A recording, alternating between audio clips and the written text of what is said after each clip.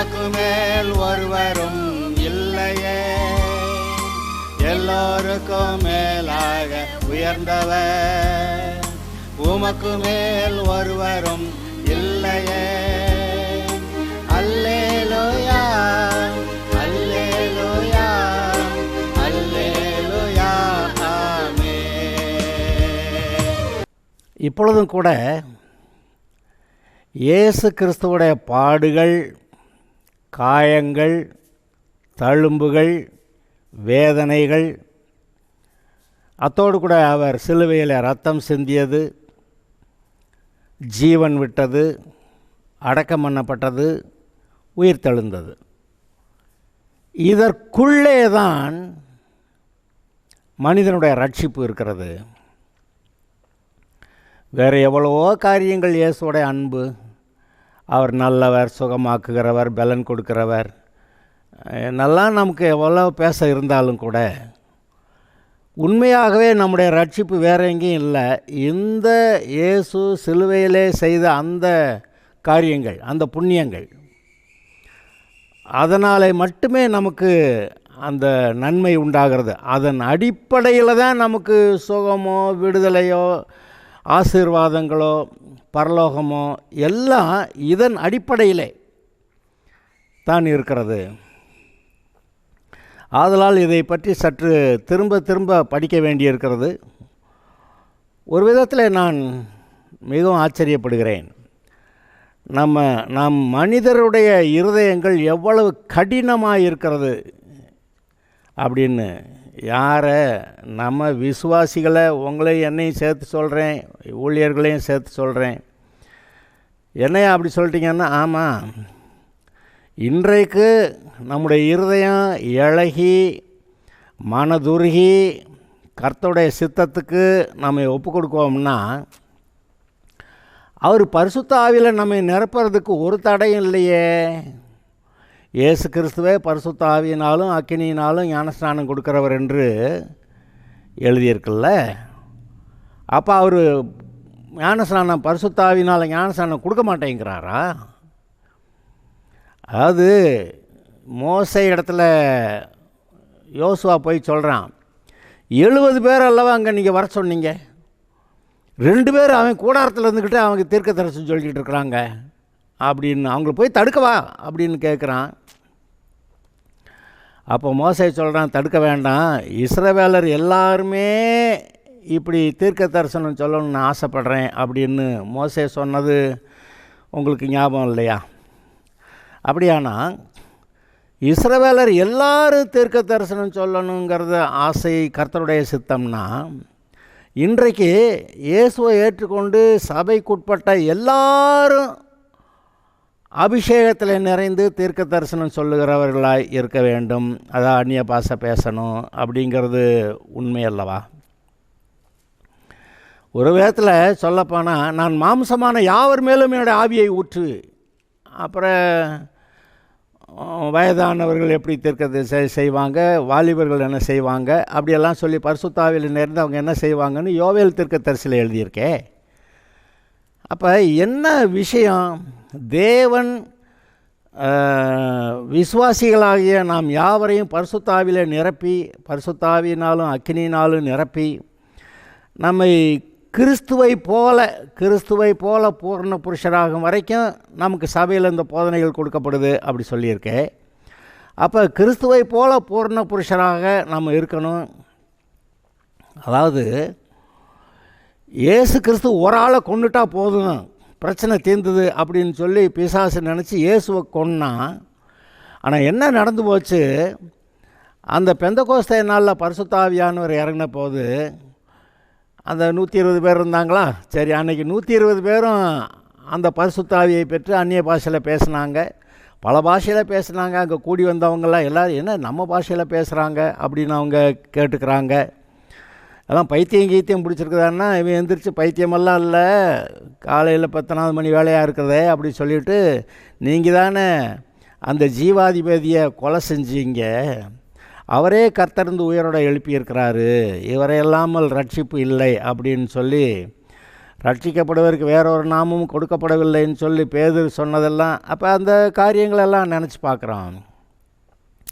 அன்றைக்கே 120 பேர் மேலே பரிசுத்த ஆவியை ஊற்றினார். அதுக்கப்புறமா பார்த்திங்கன்னா ஆங்காங்கே விசுவாசிகள் கூடி கூடி ஜெபம் பண்ணி பரிசுத்த ஆவியில் நிறைஞ்சு அதை நீங்கள் பார்க்குறீங்க. அப்போ அது மாத்திரமல்ல, பலத்தினாலுமல்ல பராக்கிரமத்தினாலுமல்ல என்னுடைய ஆவியினாலே ஆகும் என்றார். அப்போ அந்த அபிஷேகம் வரணும்ல. இன்னொன்று, இயேசுவானவர் எப்படி பேர்பட்ட பெரிய காரியங்களை செய்தார். அவர் பிசாசுகளை துரத்தினார், வியாதிகளை நீக்கினார், நல்லா போதிச்சார். கர்த்தருடைய வசனத்தை, ராஜ்யத்தை பற்றி, தேவனுடைய ராஜ்யத்தை பற்றி நல்லா பிரசங்கித்தார், போதித்தார். பிறகு அந்த பாடுகள் வழியாலாம் போகிறாரு. எல்லாம் எந்த பலத்தில்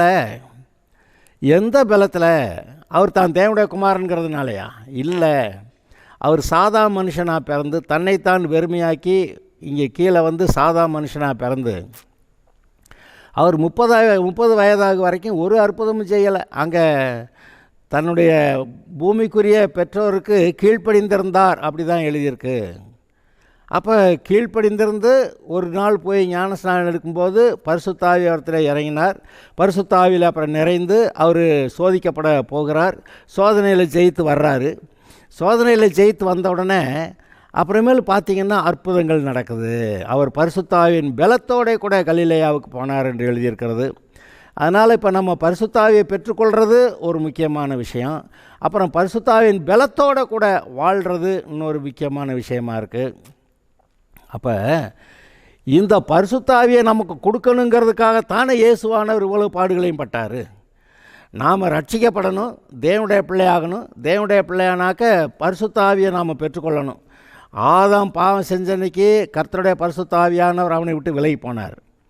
என்றைக்கு இயேசு கிறிஸ்து மனுஷனுடைய பாவங்களுக்கு சிலுவையிலே பரிகாரம் பண்ணி முடித்தாரோ 50வது நாளில் பரிசுத்த ஆவியானவர் இறங்கிட்டார். அந்த நாளில் சபை ஆரம்பித்தது என்று நீங்கள் சொல்லலாம். பழைய ஏற்பாட்டு சபை அங்கே எகிப்து தேசத்திலிருந்து புறப்பட்ட போது ஒரு பெரிய தேசமாக, ஒரு பெரிய சேனையாக அவர்கள் புறப்பட்டார்கள்.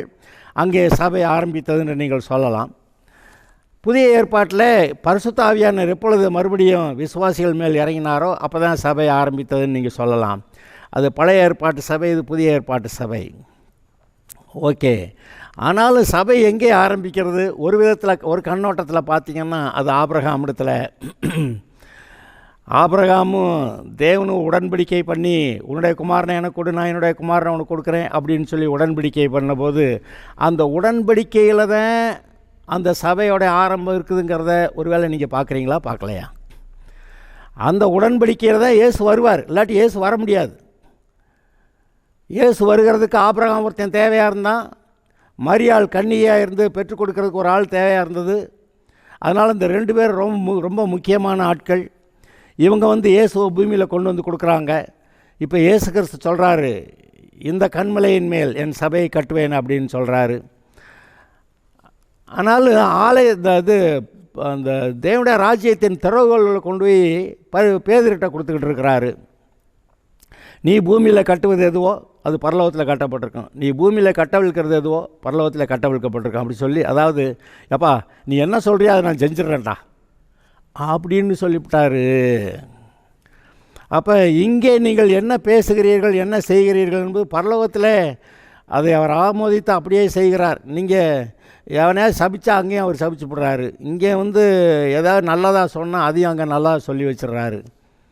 அப்போ தேவன் சொன்னபடியும் மட்டும் இல்லை, நீங்கள் சொல்கிறபடியும் நான் சொல்கிறபடியும் பூமியிலெல்லாம் நடக்குதுங்கிறதான உண்மை. நீங்கள் சொல்கிறபடியும் நான் சொல்கிறபடியும் நடக்குது. அப்போனா நீங்கள் சொல்கிறபடி தேவன் சொன்னால் நடக்குங்கிறத எல்லோரும் ஒத்துக்கிடுவாங்க. ஆனால் நீங்களும் நானும் பேசுகிறது தான் நடக்குது அப்படிங்கிறத ஒத்துக்கிற மாட்டாங்க. நம்ம என்ன அவ்வளோ பெரிய ஆளா அப்படிம்பாங்க. நீ பெரிய ஆளோ இல்லையோ, நீ தேவனுடைய சாயல் தேவனுடைய ரூபத்தில் இருக்க, அவருடைய சட்டம் அப்படி சொல்லுது.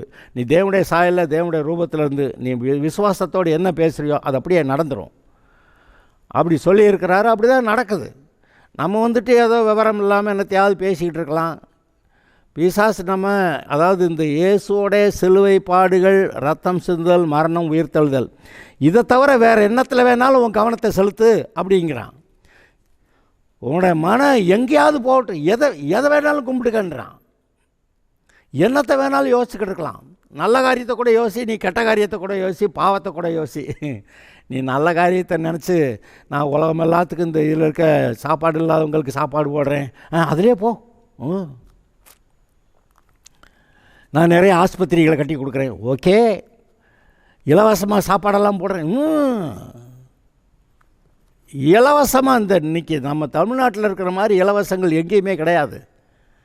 அது இலவசங்கிறதுனால அநேகர் அதை சாதாரணமாகவும் என்றாங்க. தேவனுடைய ரட்சிப்பு இலவசமாய் வருகிறது. அந்த இலவசமாய்ங்கிறதுனாலே நிறைய பேர் வேண்டான்றாங்க. அதுக்கப்புறம் தேவனா, அவர் என்ன கொடுக்கறது, நான் என்ன வாங்கிறது அப்படின்னு அப்படி ஒரு வேகத்தில் வேறு கொஞ்சம் பேர் இருக்கிறாங்க. ஆனால் இவர் ஒருவரே உலக ரட்சகர். இதோ உலகத்தின் பாவத்தை சுமந்து தீர்க்கிற தேவ ஆட்டுக்குட்டி அப்படின்னு சொல்லப்பட்டதே, அதை நினைத்து பாருங்கள். இவர் ஒருவரை அல்லாமல் வேறு மார்க்கம் இல்லை.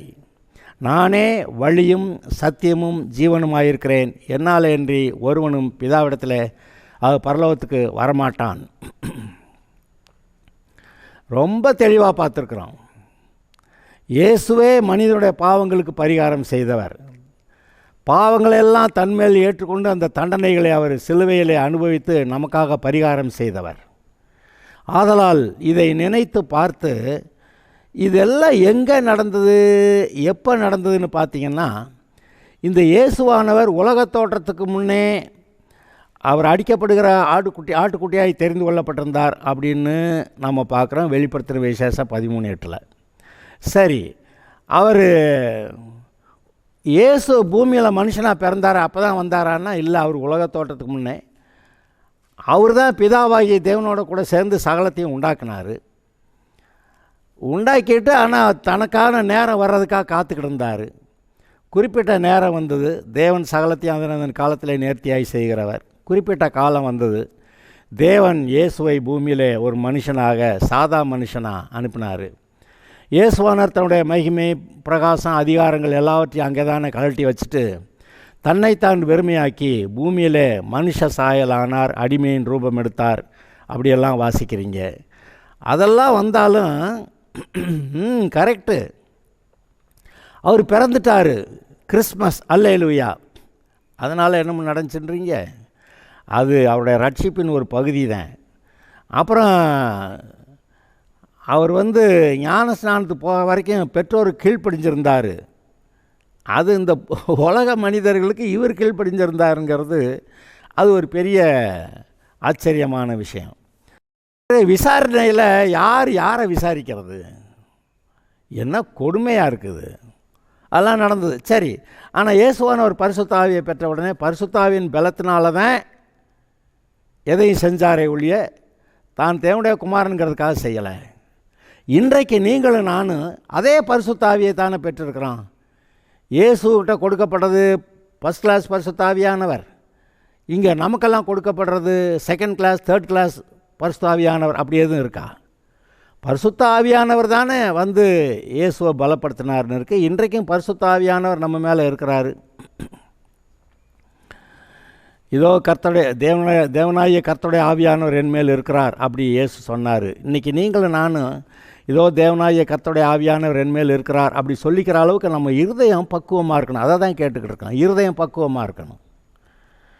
அப்படி இருந்தால் இயேசு செய்த கிரியைகளை நீங்களும் செய்வீங்க. சிலுவைக்கு போய் ரட்சிப்பு உண்டாக்குற கிரியை மட்டும்தான் அவர் தனிப்பட்ட விதத்தில் செஞ்சது. மற்றபடி பரிசுத்த ஆவியை பெற்று நாம் இயேசுவை போல வாழுகிறதற்கு அந்த ஒரு கிறிஸ்துவை கொண்டுட்டா தப்பிச்சிட்டோம்னு நினச்சான் பிசாசு. ஆனால் அத்தனை பேர் பரிசுத்த ஆவியை பெற்று அத்தனை கிறிஸ்துக்கள், அத்தனை குட்டி கிறிஸ்துக்கள் உண்டாயிட்டதுனால பிசாசுக்கு ஒன்றும் தாங்க முடியல. இப்போ அன்றைக்கி ஒரு ஆளை தான் டேக்கிள் பண்ண வேண்டியிருந்துச்சு. இப்போ இத்தனை விசுவாசிகளை டேக்கிள் பண்ண வேண்டியிருக்கு. அதனால் என்ன பண்ணிட்டான், நீ இந்த இயேசுடைய பாடுகளையும் ரத்தம் சிந்தனதையும் ஜீவன் விட்டதையும் அவர் மரித்து அடக்கம் பண்ணப்பட்டு உயிர்த்தல், அதை தவிர வேறு என்ன வேணாலும் பேசு. பைபிள்லேருந்து என்ன வேணாலும் பேசிக்க. அவர் பரிசுத்த, அவர் நல்லவர், அவர் நீதிபரர், அவர் நன்மை செய்தவர், அவர் இரக்கமுள்ளவர், என்ன வேணாலும் பேசு. ஆனால் அவருடைய பாடுகள், அவருடைய வேதனைகள், அவர் அங்கே அடிபட்டு காயங்கள் பெற்றது, தழும்புகள், அவர் தன் ரத்தம் சிந்தியது, ஜீவனை விட்டது, உயிர்த்தது, இதை மட்டும் பேசாத, இதை மட்டும் பார்க்காதேன்றான். ஏன்னா அவரை நோக்கி பார்த்து பிரகாசம் அடைந்தார்கள். இதை பார்த்தா நம்ம சுகமாயிரும். அந்த வெண்கல சர்ப்பத்தை நோக்கி பார்த்து அவர்கள் சுகமானார்கள். சாக வேண்டியவன் சாகாமல் பிழைச்சிக்கிட்டான். இன்றைக்கு வெண்கல சர்ப்பம் போல உயர்த்தப்பட வேண்டும் என்று தன்னை குறித்து சொன்னாரே, அப்படி உயர்த்தப்பட்ட இயேசுவை நீங்கள் நோக்கி பார்த்தால் சாக வேண்டிய நீங்கள் சாக மாட்டீங்கிறது உண்மையா இல்லையா? ஆனால் ஆஸ்பத்திரியில் போய் காசு கொடுத்து அங்கே கொஞ்ச நாள் படுத்திருந்து ஒரு ஆப்ரேஷன் பண்ணிட்டு காசு செலவு பண்ணிட்டு வந்துடுறது நமக்கு ஈஸியாக தெரியுது. எது இயேசுவை நோக்கி பார்க்குறத காட்டலாம் ஆஸ்பத்திரியில் போய் படுத்திருந்து எந்திரிச்சு வந்துடுறது ஈஸியாக தெரியுது. ஆனால் இது உண்மையான விடுதலையா? தெய்வீக சுகம்ங்கிறது வேறையே. இது ஆஸ்பத்திரின்னு கர்த்தர் நம்ம கொடுத்தாரு. வியாதி உள்ளவனுக்கு, அதாவது வியாதிப்பட்டவனுக்கு மருத்துவர் வேணும்னு இயேசுவே சொன்னார். அதெல்லாம் உண்மைதான், யாரும் இல்லைன்னது. ஆனால் அது தற்காலிகம் தானே.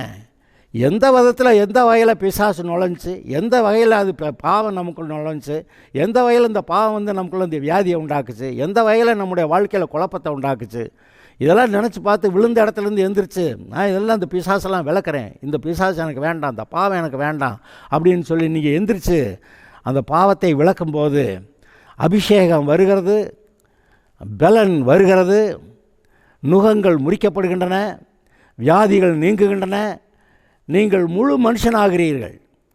பரிசுத்தாவின் பலத்தினாலே நீங்கள் எருசலேமிலும் யூதேயாவிலும் சமாரியாவிலும் பூமியின் கடைசி பரியந்தமும் சாட்சிகளாக இருப்பீர்கள். இதுதானே கர்த்தர் கேட்குறாரு. அன்றைக்கு ஒரே ஒரு இயேசு கிறிஸ்து, இன்றைக்கு பரிசுத்தாவின் அபிஷேகத்தை பெற்ற எல்லாரும் ஒவ்வொரு குட்டி கிறிஸ்துக்கள். இந்த உண்மையிலே எல்லா விசுவாசிகளும் ஒரு குட்டி கிறிஸ்துக்களாக இருந்து செயல்பட்ட அந்த பூமி இந்த உலகமாவது ஒன்றாவது தூக்கி போட்டு மிதிச்சுப்படலாம். இயேசு கிறிஸ்து தன்னை ஒப்பு கொடுக்க வரைக்கும் அவர் மேலே அவனா கை போட்டானா? ஆனால் நம்மெல்லாம் அபிஷேகத்தில் நிரம்பாமல் இருக்கிற ஒன்று தான் நம்மக்கிட்ட குறைவு. ஆனால் நான் கேட்குறேன், நம்ம பரிசுத்தாவியில் நிரம்பாமல் தடுக்கிறது யார்? நம்ம பரிசுத்தாவியில் நிரம்பாமல் தடுக்கிறது யார்? நம்ம வீட்டாரா, புருஷனா, மனைவியா, பிள்ளைகளா, இல்லை சொந்தக்காரங்களா, வேலை பார்க்குற இடமா? அவங்களாம் நம்மளை பரிசுத்தாவியில் நிரம்பாமல் தடுத்துடுறாங்களா? இல்லையே. நான் கேட்குறேன், பிசாசாவது நம்ம பரிசுத்தாவியில் நிரம்புறதை தடுக்க முடியுமா? தடுக்க முடியாதே. அது தடுக்கிறது யார்? நம்ம தான் மிதக்கத்தில் அப்புறமேல் ஜெபம் பண்ணிக்கலாம், இதை பற்றி கவலை இல்லை, அப்படி எதையாவது சொல்லி நாமே பரிசுத்தாவியில் நிரம்புவதற்கு தடையாக நம்ம தான் இருக்கிறோம். அதை தான் கர்த்தர் உடைக்க முடியல. நம்ம விருப்பத்துக்கு விட்டுட்டாரு. நம்ம தான் பார்த்து நமக்கு சுயாதீனத்தை கொடுத்ததுனால நம்ம சொல்கிறத அவர் மாற்றி சொல்ல முடியல. எப்பா நீ என்ன சொல்கிறியா அதை பரலோகத்தில் நான் அங்கீகரிக்கிறேன்னு சொன்னாரே ஒழிய நீ சொல்கிறதுக்கு மாற்றி நான் செய்வேன் அப்படின்னு சொல்லலை. யோபு கூட தன்னைய பிசாசுக்கு அந்த பயந்ததுனால ஒப்பு கொடுத்ததுனால தான் பிதாவாகிய தேவன் இவன் எந்த அளவுக்கு ஒப்பு கொடுத்துருந்தானோ அந்த அளவுக்கு அவரும் அவனை பற்றி ஒப்பு கொடுத்துருந்தாரு. இன்றைக்கி நீங்களும் நானும் எந்த அளவுக்கு நம்ம ஒப்பு கொடுக்குறோமோ அந்த அளவுக்கு தான் பிசாசு நம்மளை தொட முடியும். இம்மட்டும் வா, இதுக்கு மிஞ்சி வராத அப்படின்னு கர்த்தர் சொல்லியிருக்கிறாரே. அதை நீங்கள் நினச்சி பாருங்கள். அதாவது அந்த நோவா காலத்தில் இவ்வளவு தான், இதுக்கு மேலே வரக்கூடாதுன்னு கர்த்தர் பிசாசுக்கிட்ட சொல்லியிருந்தோம். அவங்க மனுஷகுமார்த்திகளை தங்களுக்கு மனைவிகளாக தெரிந்து கொண்டு ராட்சதர்களை பெற்றதுனால தான் அந்த கீழ்ப்படியாமை நிமித்தம் அந்த ஆவிகள் பாதாளத்தில் கிடக்குதுன்னு சொல்லி அங்கே பேதுருவில் எழுதியிருக்கே. அப்போ எல்லையை தாண்டி போனதுனால, பிசாசு கூட எல்லை மீறினதுனால தான் உடனே பாதாளத்துக்கு போனான். இன்றைக்கி நாமும் கூட நம்முடைய எல்லையை மீறும்போது தான் பிசாசு வருகிறது, பாவம் வருகிறது, அந்த உபத்திரவங்கள் வருகின்றன, கட்டுகள் வருகின்றன, மற்ற எல்லாம் அதை ஆரம்பிக்குது. இப்போ நாம் அந்த நமக்கு விதித்திருக்கிற அந்த எல்லையை நாம் தாண்டக்கூடாது. கர்த்தருடைய வட்டத்துக்குள்ளே பரிசுத்தத்துக்குள்ளே நீதிக்குள்ளே நம்மை நிலைநிறுத்த வேண்டும். இதுதானே கர்த்தர் எதிர்பார்க்கிறது. அப்படி அதன்படி இருந்தால் அபிஷேகம் நிறைஞ்சிருக்கும். இயேசுவானவர் எப்படி அபிஷேகத்தில் நிறைஞ்சு வேலையை பார்த்தாரோ அதுபோல் நீங்களும் நானும் வேலை செய்கிறவர்களாக இருப்போம். இப்போ எங்கேயா பிரச்சனை, இப்படி பிரசங்கம் பண்ணிக்கிட்டு இருக்கே, இப்போ இது என்னையா பிரச்சனை அப்படின்னு கேட்டால் நம்ம இருதயம் எவ்வளோ கடினமாக இருக்குதுன்னு நான் பார்த்து ஆச்சரியப்படுறேன். இயேசுவை ஏற்றுக்கிட்டோம், சத்தியத்தை ஏற்றுக்கிட்டான், கர்த்தருடைய வழியில் தான் நடப்போம், நான் கர்த்தருக்கு சொந்தம்னெல்லாம் சொல்கிறான், நான் கர்த்தருக்கு பரிசுத்தம்னு சொல்கிறான், ஒரு மயிர் கூட நான் பிசாசுக்கு பாவத்துக்கு ஒப்பு கொடுக்க மாட்டேன் அப்படியெல்லாம் சொல்கிறான். ஆனால் நம்முடைய இருதயம் எவ்வளோ கடினமாக இருந்தால் இன்னும் பரிசுத்த ஆவியில் நிரம்பாமே இருக்கும். அந்த அபிஷேகம் தானே அந்த நுகத்தை முறிக்கும்னு போட்டிருக்கு. அப்போ நம்ம அபிஷேகத்தை நிரம்பாமல் அப்படியே சாலம் பண்ணி காலத்தை கடத்திக்கிட்டு இருக்கிறது. அப்போ எங்கேயா நமக்கு பேசுகிறதுக்கு ஆயிரக்கணக்கான பேர் இருக்காங்க, வீட்டிலே ஆட்கள் இருக்காங்க, சொந்த பந்தம், நண்பர்கள், போக்குவரத்தில், வேலை பார்க்குற இடத்துல உலகத்தை பற்றி பேச, உலக மேன்மையை பற்றி பேச. அவங்க அவ்வளோ கெட்டிக்காரங்களாக்கும், இவங்க இதெல்லாம் கண்டுபிடிச்சாங்களாக்கும், இவங்க இதெல்லாம் உலகத்தெல்லாம் ஆண்டாங்களாக்கும் என்னெல்லாம் சொல்லக்கூடிய ஆளுங்க இருக்காங்க. நம்ம மனசு அங்கே போயிடுது. இயேசுடைய சிலுவை பாடுகள் அதில் இவங்க மனசு இல்லாமல் போனதுனால அங்கேருந்து எங்கேருந்து அந்த நன்மையை முண்டு எடுக்கணுமோ அங்கேருந்து முண்டு எடுக்காத, வெட்டாத துறவையும் நாட்டாத திராட்சை தோட்டத்தையும் தந்துறேன்னு சொன்னார். வெட்டாத துறவு யார்? இவர் தானே. இவர் தான் துறவு, இவர் தான் ஜீவ தண்ணீர். இந்த துறவுலேருந்து தான் ஜீவ தண்ணீரை முண்டெடுத்து நம்ம குடிக்கணும். அதை ஜபத்தில், ஒருமனப்பட்ட ஜபத்தில் மன செதறாமல் அவரை மாத்திரம் நோக்கி பார்த்து சற்று நேரம் அமர்ந்திருந்தால் அப்போ நமக்கு ஒரு பலன் வருது. அப்புறம் அநேக சமயத்தில் ஜபத்தை விட்டு எழுந்திரிக்க கூட மனசு இல்லாமல் போகுது. அந்த அபிஷேகம் அதுதானே நமக்கு காரியத்தை செய்யும். பலத்தினாலுமல்ல, பராக்கிரமத்தினாலுமல்ல, என்னுடைய ஆவியினாலே ஆகும்னு சொன்னாரே. அப்போ கர்த்தர் செருபாபேலை பற்றி சொல்கிறப்ப, செருபாபேல் இந்த ஆலயத்துக்கு அஸ்திபாரம் போட்டான், அவனுடைய கைகளே இந்த ஆலயத்தை கட்டி முடிக்கும்னு சொல்கிறாரு. அவனை தெரிந்து கொண்டு நடத்தும்போது அவன் மேலே கர்த்தருடைய ஆவியானவர் இருக்கிறத. அப்போதைக்கு யோசுவா பிரதான ஆசாரியன், அவன் கூட கர்த்தர் இருந்தார். யோசுவா செருபாபேல் 2 பேரோட கூட இருந்து அந்த ஆலயத்தை கட்டி முடிக்க அன்றைக்கு உதவி செய்த கர்த்தர் இன்றைக்கு உங்களுடைய ஆலயமாகிய, தேவனுடைய ஆலயமாகிய இந்த சரீரம், இது மனசு, இந்த மனசை தேவனுக்குள்ளாக நீங்கள் இந்த ஆலயத்தை கட்டி எழுப்ப கர்த்தர் உதவி செய்ய மாட்டாரா? கட்டாயமாக செய்வார்ல. இயேசுடைய சரீரத்தை பிற்க கொடுத்து அதை அடக்கம் பண்ணப்பட்டு 3ஆம் நாள் அந்த சரீரத்தை எழுப்பினார் கர்த்தர்.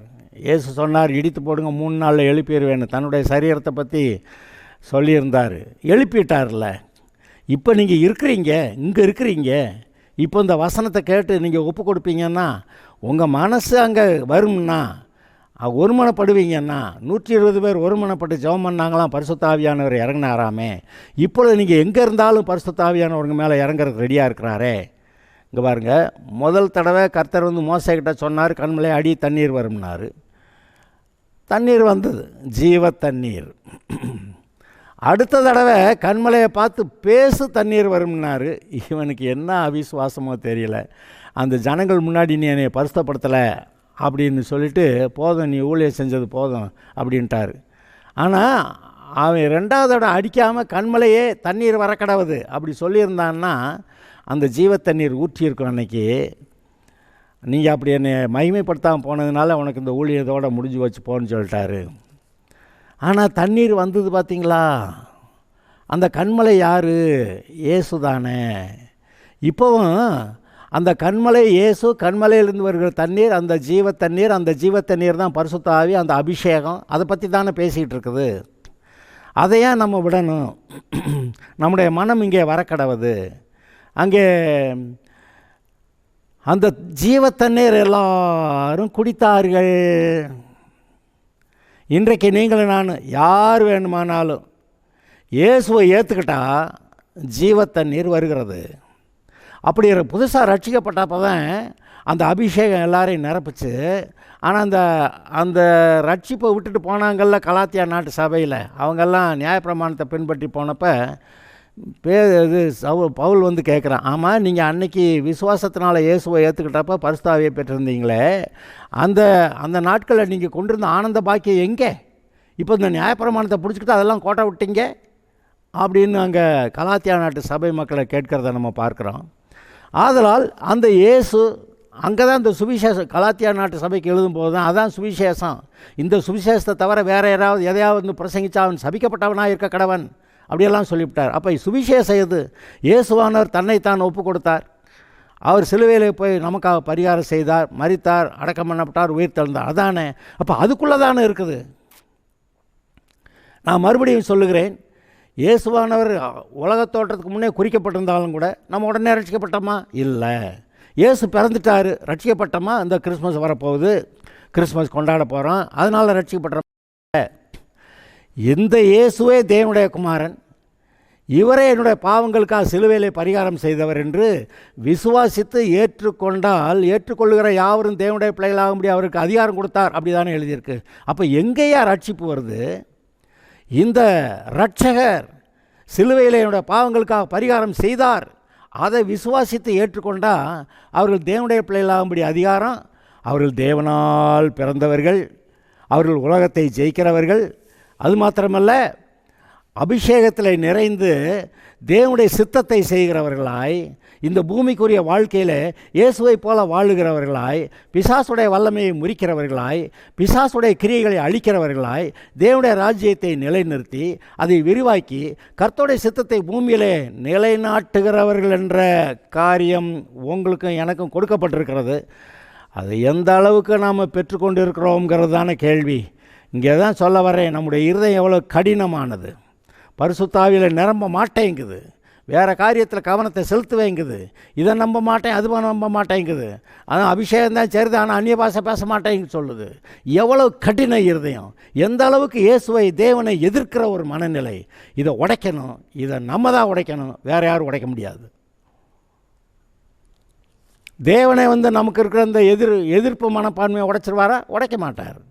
அவர் வந்து நிற்பார், ஏண்டா நான் உனக்காக எவ்வளோ அன்பு கூர்ந்து என்னெல்லாம் செஞ்சு வச்சுருக்கேன், இந்த நன்மையை நீ ஏற்றுக்கிற மாட்டியா, என்னை நம்ப மாட்டியா, என்னை நம்பி என் கூட வரமாட்டியா, அப்போ நீ நல்லா இருப்ப, என் சித்தத்தையும் செய்வ அப்படின்னு சொல்லி அவர் நம்மக்கிட்ட வந்து அவர் அப்படி தான் அன்பாக தான் கேட்குறாரே ஒழியா அடித்தா கேட்குறாரு, ஏன்டா மண்டி போடுறான், ஜெபம் பண்ணுறான் அப்படின்னு அடிறான்.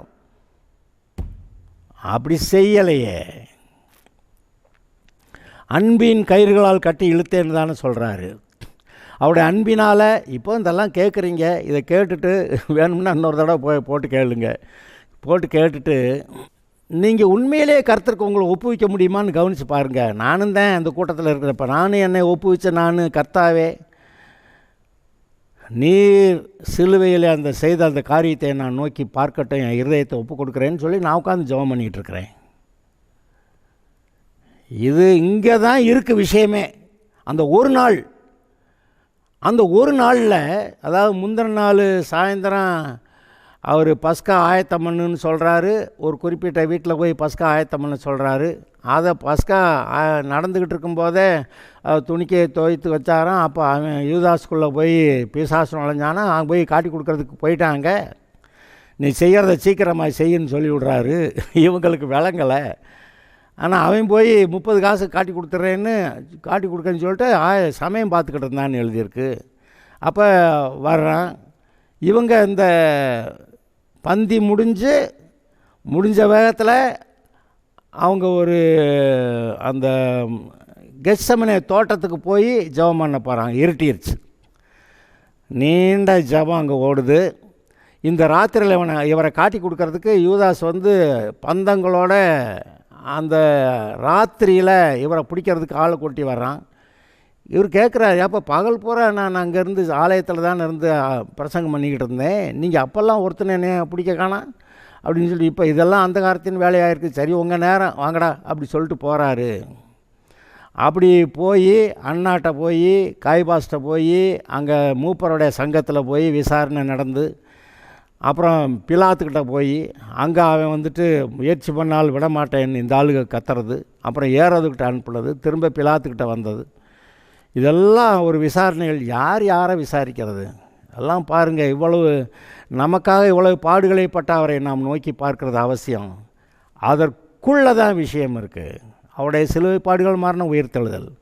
இதை நீங்கள் தியானியுங்கள், சில மாதங்கள் எடுத்துக்கொள்ளுங்கள், தியானியுங்கள். நீங்கள் பரிபூர்ண விடுதலை அடைவீர்கள், சாட்சியாக இருப்பீர்கள். Okay, God bless you.